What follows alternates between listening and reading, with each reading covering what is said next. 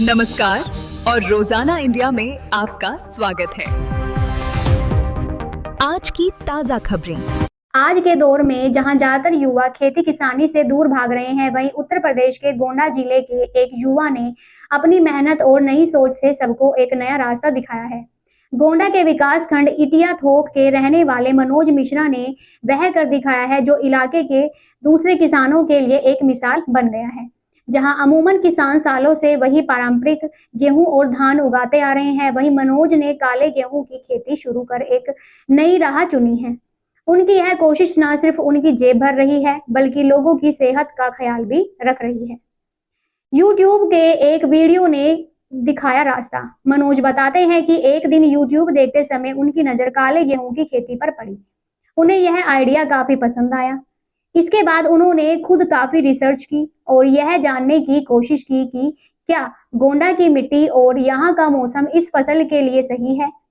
शुरुआत में उन्होंने रिस्क ना लेते हुए अपनी थोड़ी सी जमीन में काले गेहूं के बीज बोए। माना जाता है काले गेहूं का ओरिजिन इथियोपिया में हुआ।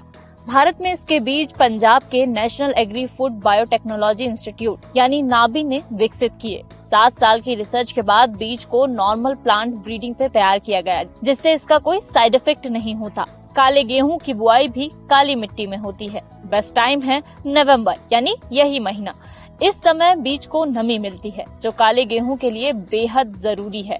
शुरू में इसकी बालियां आम गेहूं जैसी हरी होती हैं, पकने पर दानों का रंग काला हो जाता है। अगर 1 एकड़ जमीन से सामान्य गेहूं 22 से 24 क्विंटल होता है, तो काला गेहूं 16 क्विंटल। लेकिन इसके प्राइस ज्यादा हैं। जहां सामान्य गेहूं 2000 रुपए क्विंटल के हिसाब से मिलता है, वहीं काला गेहूं 6000 रुपए क्विंटल। इसीलिए कई किसानों ने इसकी खेती भी शुरू कर दी। जब फसल कटने का समय आया तो पैदावार उम्मीद से कहीं ज्यादा अच्छी रही, जिसके बाद उन्होंने इसे बड़े स्तर पर शुरू कर दिया और आज वह एक सफल और प्रगतिशील किसान के रूप में पहचाने जाते हैं। ईरान के विदेश मंत्री 24 घंटे के अंदर दोबारा इस्लामाबाद पहुंचे। ईरान के विदेश मंत्री अब्बास अरागची 24 घंटे से भी कम वक्त में पाकिस्तान वापस लौट गए हैं। अरागची शनिवार को इस्लामाबाद से ओमान गए थे। रविवार को मस्कट में उन्होंने ओमान के सुल्तान और अन्य अधिकारियों से मुलाकात की थी। तब कार्यक्रम के अनुसार अब्बास अरागची इस्लामाबाद में अधिकारियों के साथ बैठक के बाद मास्को के लिए रवाना होंगे। इधर अमेरिकी राष्ट्रपति डोनाल्ड ट्रंप ने फिर कहा कि ईरान के साथ युद्ध जल्द ही समाप्त हो जाएगा और उनका देश जीत हासिल करेगा। ट्रंप ने यह भी कहा, ईरानी बात करना चाहते हैं तो वे संवाद कर सकते हैं। इससे पहले शनिवार को ट्रंप ने पाकिस्तान में ईरान जंग पर होने वाली संभावित अमेरिकी प्रतिनिधिमंडल की बैठक रद्द कर दी थी।